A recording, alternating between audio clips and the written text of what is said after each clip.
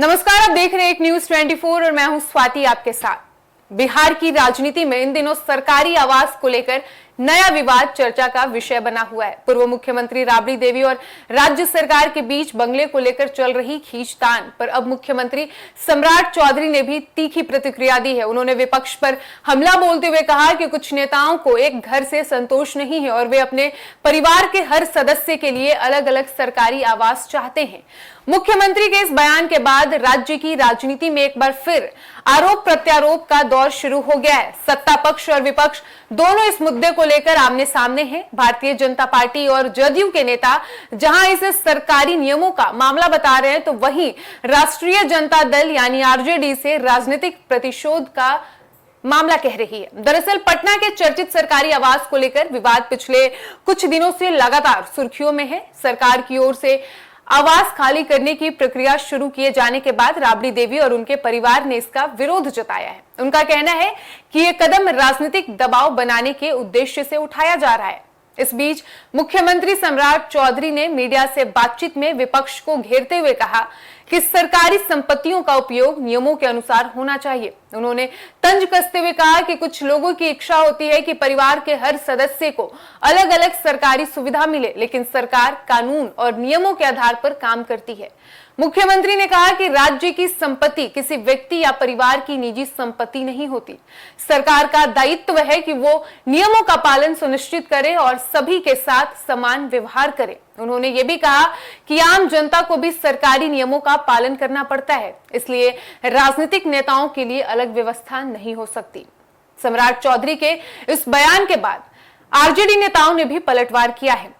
राजद के कई नेताओं ने आरोप लगाया कि सरकार विपक्षी नेताओं को परेशान करने के लिए सरकारी मशीनरी का इस्तेमाल कर रही है। उनका कहना है कि जनता के असली मुद्दों से ध्यान भटकाने के लिए ऐसे विवाद खड़े किए जा रहे हैं। आरजेडी का दावा है कि राबड़ी देवी और उनके परिवार को निशाना बनाया जा रहा है। पार्टी नेताओं के मुताबिक अगर सरकार को नियमों की इतनी ही चिंता है तो उसे राज्य के अन्य मामलों में भी समान सख्ती दिखानी चाहिए। उन्होंने कहा कि केवल एक परिवार को केंद्र में रखकर राजनीति करना उचित नहीं है, लेकिन वहीं दूसरी ओर सत्ता पक्ष का कहना है कि यह मामला पूरी तरह प्रशासनिक प्रक्रिया से जुड़ा हुआ है। सरकार किसी के साथ भेदभाव नहीं कर रही और सभी निर्णय निर्धारित नियमों के तहत ही लिए जा रहे हैं। भाजपा नेताओं ने कहा कि सरकारी आवास का आवंटन और उपयोग तय मानकों के अनुसार ही होना चाहिए।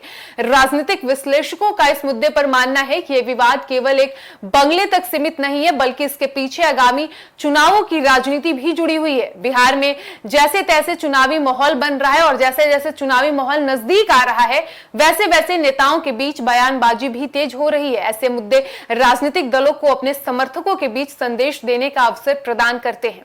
इस पूरे घटनाक्रम के बीच आम लोगों की नजर इस बात पर है कि आखिर इस विवाद का समाधान कैसे निकलता है। एक तरफ सरकार नियमों की बात कर रही है तो वहीं दूसरी ओर विपक्ष इसे राजनीतिक प्रताड़ना बता रहा है। दोनों पक्ष अपने अपने तर्कों के साथ जनता के सामने हैं। बंगला विवाद ने बिहार की राजनीति में कई बहस को जन्म दे दिया है। मुख्यमंत्री सम्राट चौधरी के बयान ने इस मुद्दे को और अधिक चर्चा में ला दिया है।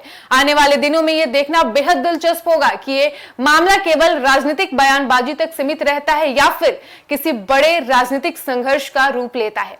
फिलहाल इतना तय है कि सरकारी आवास को लेकर शुरू हुआ यह विवाद बिहार की सियासत में लंबे समय तक चर्चा का विषय बना रह सकता है। सत्ता पक्ष और विपक्ष दोनों इसे अपने अपने तरीके से जनता के सामने रख रहे हैं, जिससे राजनीतिक माहौल लगातार गर्म बना हुआ है। फिलहाल इस वक्त की खबर में इतना ही और ऐसे ही तमाम खबरों के लिए बने रहिए हमारे साथ और देखते रहिए एक न्यूज 24। धन्यवाद।